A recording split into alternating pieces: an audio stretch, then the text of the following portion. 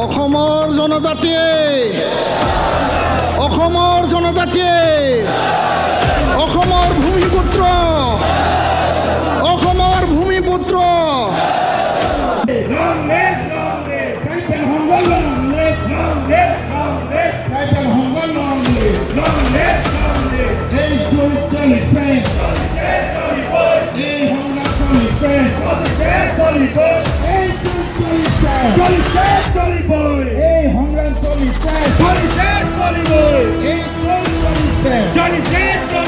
আৰু জনজাতিসকলৰ ঐক্যতা অধিকাৰ সুৰক্ষিত স্বাৰ্থত এইটো ট্ৰেইলাৰ হয় 25 নৱেম্বৰত চাব অসম চৰকাৰে যদি বৰ্তমানৰ জনজাতিক অধিকাৰক ধ্বংস কৰি পেলাই যদি ৰিকমেণ্ডেশ্যন দিয়ে আৰু ভাৰত চৰকাৰে বৰ্তমানৰ 14টা জনজাতিক নস্যাৎ কৰি পেলাই 45 লাখ জনজাতিক ধ্বংস কৰি 1.5 কোটি মানুহ যদি ওপৰত জাপি দিয়ে বৰ্তমানৰ জনজাতি কেতিয়াও বহি নাথাকে আৰু ইয়াৰ প্ৰমাণ আমাক ল'ব নালাগে অসম চৰকাৰ ভাৰত চৰকাৰক মই কৈছোঁ আজিৰ এই চিচিটোৱাৰ দ্বাৰা আয়োজিত বিশাল গণসমাৱেশত এই সভাখন চলাই নিয়া আমাৰ সদৌ অসম ট্ৰাইবেল সংঘৰ সন্মানীয় সভাপতি সুকুমাৰ বসুমতাৰী ডাঙৰীয়া চিচিটোৱাৰ মুখ্য সমন্বয়ক ট্ৰাইবেল সংঘৰ সাধাৰণ সম্পাদক আদিত্য খাখলাৰী ডাঙৰীয়া ইয়াত উপস্থিত আমাৰ মুখ্য অতিথি ৰাভা আছাম অটোনমাছ কাউন্সিলৰ সন্মানীয় CEM টংকেশ্বৰ ৰাভা ডাঙৰীয়া সকলো চিচিটোৱা মেম্বাৰ অৰ্গেনাইজেশ্যনৰ নেতৃবৃন্দ ইচ্ছা লগতে বড়ো সাহিত্য সভা মিচিং সাহিত্য সভা কাৰ্বি সাহিত্য সভা আন সাহিত্য সভাৰ জ্যেষ্ঠ আৰু বৰ্তমানৰ প্ৰতিনিধিসকল আৰু সকলো জনজাতি ৰাইজৰ অসমৰ বিভিন্ন প্ৰান্তৰ পৰা বিভিন্ন কাউন্সিল অটোনমাছ কাউন্সিল শিক্ষিত দলৰ পৰা বিভিন্ন চুকে কোণেৰ পৰা আহিব পৰা জনজাতি সংগ্ৰামী ৰাইজ সকলোকে নমস্কাৰ খুলুমবাই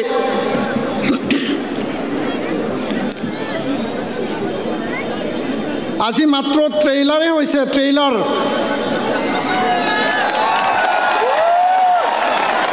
আমাৰ জুবিনদাৰ সমাধি ক্ষেত্ৰ ওচৰতে আছে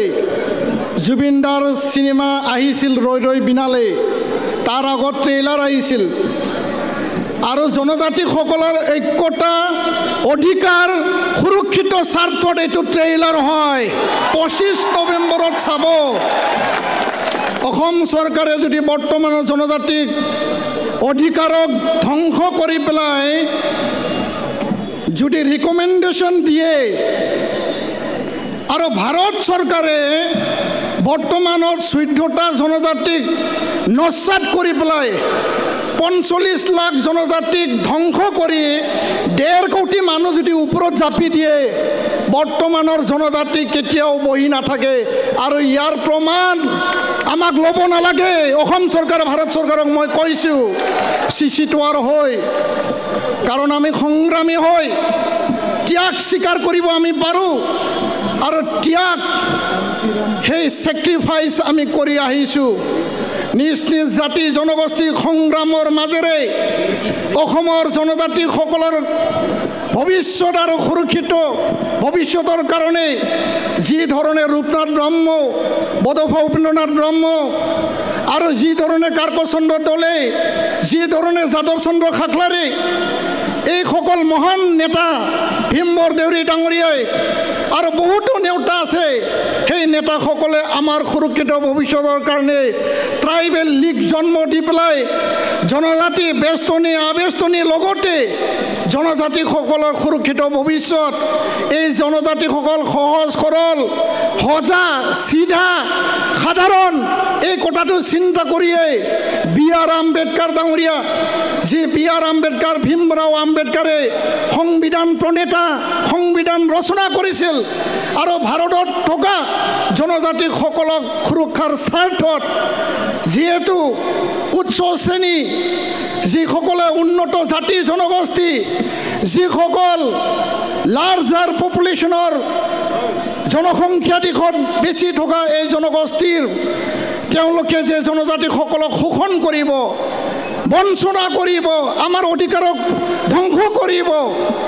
এই যে এক্সপ্লইটেশ্যন সাপ্ৰেশ্যন অপাৰেশ্যনৰ পৰা প্ৰটেকশ্যন দিবৰ কাৰণে সেফগাৰ্ড দিবৰ কাৰণে ৰক্ষণাবেক্ষণ দিবৰ কাৰণে আৰু আত্মমৰ্যাদাৰে অধিকাৰৰ লগত জীয়াই থাকিবৰ কাৰণে সংবিধান প্ৰণেতা বি.আৰ. আম্বেদকাৰে আমাক এই সুবিধা এই অধিকাৰ দি থৈ গৈছে আৰু আপোনালোকে জানে জনজাতি জন্ম হৈ পেলাই প্ৰমাণপত্ৰ নহয় নাপায় জন্ম হোৱা আগতে জনজাতি হ'ব লাগিব তাৰ পিছতে জনজাতি হৈ জন্ম হ'ব কাৰণ এইটো আমাক প্ৰকৃতিয়ে দিছে যিসকলক ব্ৰিটিছৰ শাসন আছিল যি সময়ত ভাৰত মহাত্মা গান্ধীৰ আন্দোলনৰ যোগেদি ভাৰত স্বাধীনতা লাভ কৰিলে তাৰ পিছত আমাক অধিকাৰ দিলে এই অধিকাৰৰ আগতে আমি অসমৰ ভূমিপুত্ৰ এই জংগল আমি কাটিছোঁ জংগল ৰক্ষণাবেক্ষণ কৰিছোঁ আৰু এই অসমখনৰ ভূখণ্ডক আমি সুন্দৰকৈ সজাই পেলাই ভৱিষ্যতৰ কাৰণে এই ভূখণ্ডখন আমি ৰক্ষণাবেক্ষণ কৰি আহিছোঁ আৰু প্ৰকৃতিয়ে আমাক জনজাতিৰ স্বীকৃতি তাহানি দিছে হাজাৰ হাজাৰ লাখ বছৰৰ আগতে আৰু ইয়াৰ পিছতে ভাৰতৰ সংবিধানে আমাক এই স্বীকৃতি প্ৰদান কৰিছে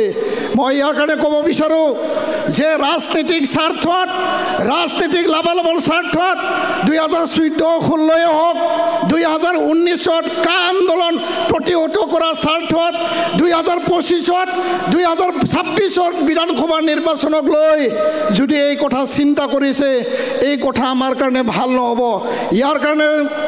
এই মঞ্চৰ পৰা ভাৰত চৰকাৰ অসম চৰকাৰক আমি আহ্বান জনাইছোঁ ভাৰত চৰকাৰক আহ্বান জনাইছোঁ 2019 চনত ৰাজ্যসভাত যি বিল তেওঁলোকে টেবল কৰিছে ৰাজ্যসভাত যি বিল আনিছে সেই বিল কোনো কাৰণত যাহাতে সেই বিল পাছ নহয় তাৰ কাৰণে অসমৰ বৰ্তমানৰ জনজাতিসকল আমি দাবী জনাইছোঁ আহ্বান জনাইছোঁ আমি স্পষ্ট ভাষাৰে কৈছোঁ চিধা ভাষাৰে কৈছোঁ আমি কোনো জাতি জনগোষ্ঠীৰ বিৰোধী নহয় ছয় জনগোষ্ঠীৰ বিৰোধী আমি নহয় তাহাঁতৰ লগত আমি সামাজিক সংঘাত বিচৰা নাই তেওঁলোকৰ লগত আমি সংঘৰ্ষ সংঘাত আমি বিচৰা নাই কাৰোক আমি হিংসা আমি নিবিচাৰোঁ কাকো আমি অন্যায় নকৰোঁ কিন্তু কথাটো হ'ল স্পষ্ট যে অধিকাৰ ল'বলৈ যাওঁতে অধিকাৰৰ কথা ক'বলৈ যাওঁতে আমাক আঙুলি দেখুৱাই পেলাই যাতে কথা নকয় কাৰণ আমি কাৰো ক্ষতি কৰা নাই কাৰো হিংসা কৰা নাই কাৰো অন্যায় আমি কৰা নাই এই কথাটো মই স্পষ্ট আকাৰে কৈছোঁ সন্মানীয় সংগ্ৰামী ৰাইজ এই কথাটো স্পষ্ট যে 8 বাৰ RGI ৰিজেক্ট কৰাৰ পিছত আৰু বিভিন্ন বক্ৰ পটৰে আজি তেওঁলোকক জনজাতি কৰিব বিচাৰিছে এই কথাই আমাক মনত দুখ দিছে আমাৰ অসমখনত এখন চৰকাৰ আছে যি চৰকাৰে নহওক আৰু যোৱাটো সময়ত আমি দেখিবলৈ পাইছোঁ অসমৰ সকলো ৰাজনৈতিক দল অসমৰ সকলো জাতীয় দল সংগঠন ছাত্ৰ সংগঠন সকলোৱে জনজাতি হোৱাটো সমৰ্থন কৰিছে তেওঁলোকে বিবেচনা কৰক বৰ্তমানৰ জনজাতিসকলৰ অস্তিত্ব সুৰক্ষিত ভৱিষ্যতৰ কথা আৰু যিসকল ব্যয়বহুল জনগোষ্ঠী যিসকল আগবঢ়া জনগোষ্ঠী তেওঁলোকৰ কথা তেওঁলোকে আগবাঢ়ি গৈছে যিসকলে আমি ভগৱান বুলি কয় আমি স্বৰ্গৰ পৰা আহা বুলি কয় যিসকলৰ আজি তাৰিখত অসমৰ বিভিন্ন মুখ্যমন্ত্ৰী হৈ গ'ল APSC UPSC medical engineering 3rd grade 4th grade যিসকলে কব্জা কৰি ৰাখিছে আৰু বৰ্তমানৰ অট'নমাছ কাউন্সিল এই কাউন্সিলৰ যিখিনি মেম্বাৰ এই কাউন্সিলৰ পঞ্চায়ত 6 শিডিউল কাউন্সিলৰ VCDC এই কাউন্সিলৰ MCLA আৰু এছেম্বলি পাৰ্লিমেণ্ট যিসকলে দখল কৰি পেলাই আমাক ধ্বংস কৰিব তেনে এটা পৰিৱেশত আমি কোনটো বিনিময়ত কোনটো পৰিৱেশত আমি জীয়াই থাকিম এই কথাটো অসমৰ ৰাইজে বিবেচনা কৰিব লাগে কোনো ট্ৰাইবেল ষ্টেটৰ কনচেপ্ট নাই ভাৰত সংবিধানত কোনো ট্ৰাইবেল ষ্টেট অনুপ্ৰৱেশকাৰী বাংলাদেশী ৰক্ষণাবেক্ষণৰ পৰা তেওঁলোকে বাংলাদেশীৰ পৰা পৰিত্ৰাণ পাবৰ কাৰণে অসমখনৰ সুৰক্ষাৰ স্বাৰ্থত আমাক জনজাতি কৰিব লাগে বুলি এটা ধাৰণা দিছে এই মন্ত্ৰ এই ষড়যন্ত্ৰ ধাৰণাৰ বাদে একো নহয় সুৰক্ষিত যদি ভৱিষ্যত আনিব লাগে সংবিধানত থকা অসমত আইন আছে আইনৰ অধীনত ভাৰতৰ আইন আছে আইনৰ অধীনত আমাক সুৰক্ষিত কৰক আৰু এই সুৰক্ষিত ভৱিষ্যতে বাস্তৱসন্মত সুৰক্ষিত ভৱিষ্যত হ'ব তো ইয়াৰ কাৰণে মই দীঘলীয়া ক'ব বিচৰা নাই সকলো ৰাইজে আজিৰ পৰা যাই পেলাই নিজৰ অঞ্চলত সভা সমিতি কৰিব আৰু ইয়াৰ পিছত কোকৰাঝাৰত এখন বিশাল ৰেলী হ'ব জোনাইত এখন বিশাল ৰেলী হ'ব ইয়াৰ পিছত মৰিগাঁৱত হ'ব দুধনৈত হ'ব ডিফুত হ'ব আৰু উজনি অসমত ডিব্ৰুগড় নহ'লে শিৱসাগৰত আমি বিশাল সভা আয়োজন কৰিম আমি দেখুৱাই দিম যে জনজাতিসকল শক্তিশালী মাত্ৰ নহয় অধিক শক্তিশালী হয় আৰু অসমখনক চাৰিসীমা যদি জনজাতিসকল যদি নাথাকে এই অসম কেতিয়াও সুৰক্ষিত নহয় এই কথাটো মই স্পষ্ট আকাৰে ক'ব বিচাৰিছোঁ আৰু মই শেষ কৰিব বিচাৰিছোঁ যে আমি সকলোৱে নিজে উপলব্ধি কৰিব লাগিব যে আমাৰ অধিকাৰক যদি কোনোবাই ক্ষয় ক্ষতি কৰিব বিচাৰে ধ্বংস কৰিব বিচাৰে আমি বহি থকাৰ এইটো সময় নহয় ইয়াৰ কাৰণে মই সকলো অটোনমাস কাউন্সিল সকলো 6 শিডিউল কাউন্সিলক আহ্বান জনাইছোঁ আজি যি ধৰণে টংকেশ্বৰ ৰাভা ডাঙৰীয়া আহিছে তেনেধৰণে সাহস কৰি পেলাই এই মঞ্চত আহক আপোনালোকেও জনজাতি হয় আৰু জনজাতিৰ কাৰণেহে এই 6 শিডিউল আৰু এই অটোনমাস কাউন্সিল দিয়া হৈছে 22জন MLA অসম বিধানসভাত আছে 4জন মন্ত্ৰী অসম বিধানসভাত আছে স্পিকাৰ আছে ডেপুটি স্পিকাৰ আছে এই 22জন বিধায়ক MLA অহা 25 নৱেম্বৰত কি ভূমিকা লয় ৰুলিঙত আছে অপজিশ্যনত আছে য'তে নাথাকক কিয় জনজাতি আপোনাৰ জন্মগত অধিকাৰ তাৰ পিছতে আপুনি বিধায়ক জনজাতি প্ৰথম জনগোষ্ঠী প্ৰথম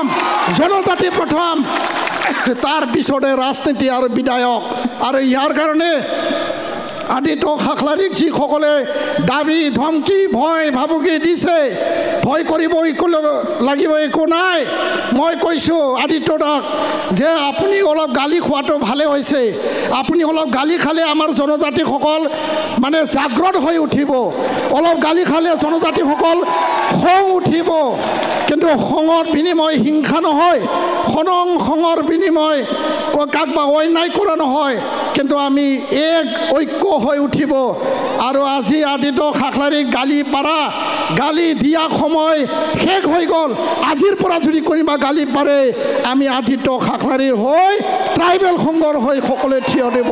এই কথাটো মই কৈছোঁ তো ইয়াৰ কাৰণে জনজাতি সংগ্ৰামী ৰাইজ আজিৰ পৰা এই সংগ্ৰাম আৰম্ভ হৈছে এই ট্ৰেইলাৰ আৰম্ভ হৈছে আৰু সঠিক আৰু বাস্তৱ আন্দোলন শান্তিপূৰ্ণ জংগী গণতান্ত্ৰিক আন্দোলন লক্ষ লক্ষ লোক ওলাব এই কথা এই মঞ্চৰ পৰা ক'লোঁ ভাৰত চৰকাৰ অসম চৰকাৰক সকীয়াই দিছোঁ জনজাতিক ধ্বংস কৰি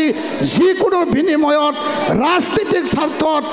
যি জনজাতিকৰণ কৰিব ওলাইছে তাৰ পৰা বিৰত থাকক আৰু নিজে উপলব্ধি কৰক ইয়াৰ দ্বাৰা কোনো ৰাজনীতিক লাভালাভ নহয় বৰঞ্চ অসমখন ইতিহাসৰ পুনৰাবৃত্তি কৰিব নালাগে যি কাৰণত 7 ভনী হৈছিল যি বিনিময়ত 7 ভনী হৈছিল যি ভুলৰ কাৰণে 7 ভনী হৈছিল আৰু জনজাতিক যদি ধ্বংস কৰিব বিচাৰে একে ইতিহাস ভুল আপোনালোকে নকৰিব এই কথা মই সকীয়াই দিলোঁ আৰু সকলোকে ধন্যবাদ জনাই মোৰ কথা সামৰিছোঁ জয় ট্ৰাইবেল জয় চিচিটোৱা জয় চিচিটোৱা